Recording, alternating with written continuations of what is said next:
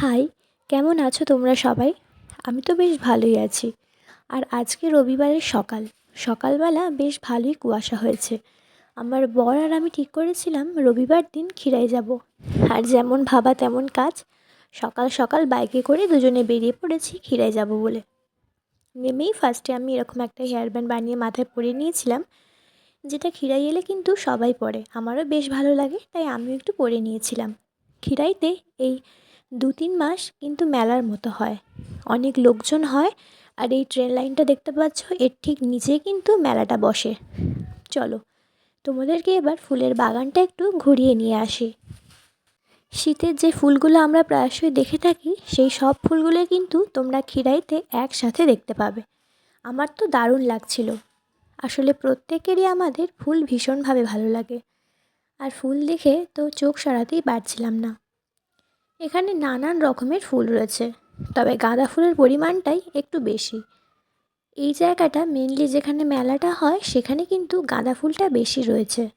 আর এখান থেকে নদীর পাড় ধরে একটু এগিয়ে গিয়ে বাঁধ ধরে যদি সোজা রাস্তায় হাঁটা যায়, তাহলে কিন্তু গোলাপের বাগান, সাথে ডালিয়া, চন্দ্রমল্লিকার বাগানও কিন্তু চোখে পড়বে। আমরাও গিয়েছিলাম, আর এখানে আসলে তোমরা যে কাউকে জিজ্ঞাসা করলেই রাস্তা দেখতে পেয়ে যাবে। সকলে কিন্তু এই মেন মেলাটা দেখার পরেই চন্দ্রমল্লিকা আর গোলাপের বাগান দেখবার জন্য ওখানে যায়। তোমরাও চাইলে ঘুরে আসতেই পারো, বেশ ভালো লাগবে।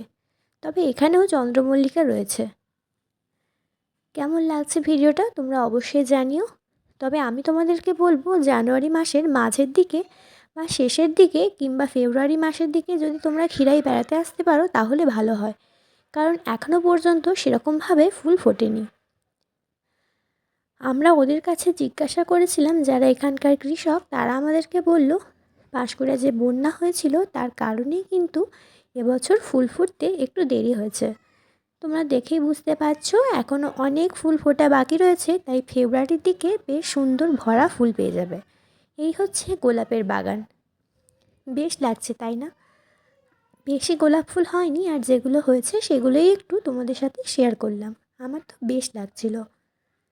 ক্ষীরাইতে শুধু ফুল না, নানান রকম শীতের সবজিও কিন্তু তোমরা পাবে। আর এখান থেকে তোমরা চাইলে সবজি কিনেও আনতে পারো। হাই, তো কেমন লাগলো ক্ষীরাইয়ের পুরো ভিডিওটা তোমরা অবশ্যই কমেন্ট করে জানিও। আর আমার পেছনে কি ফুল রয়েছে তোমরা দেখতেই পাচ্ছ, জাস্ট অসাম লাগছে। তো আজকের ব্লগটা এখানেই শেষ করছি। কেমন লাগছে অবশ্যই জানিও, ভালো লাগলে অবশ্যই চ্যানেলটাকে সাবস্ক্রাইব করে দিও, পাশে থাকো। দেখা হচ্ছে নেক্সট ভিডিওতে। বাই।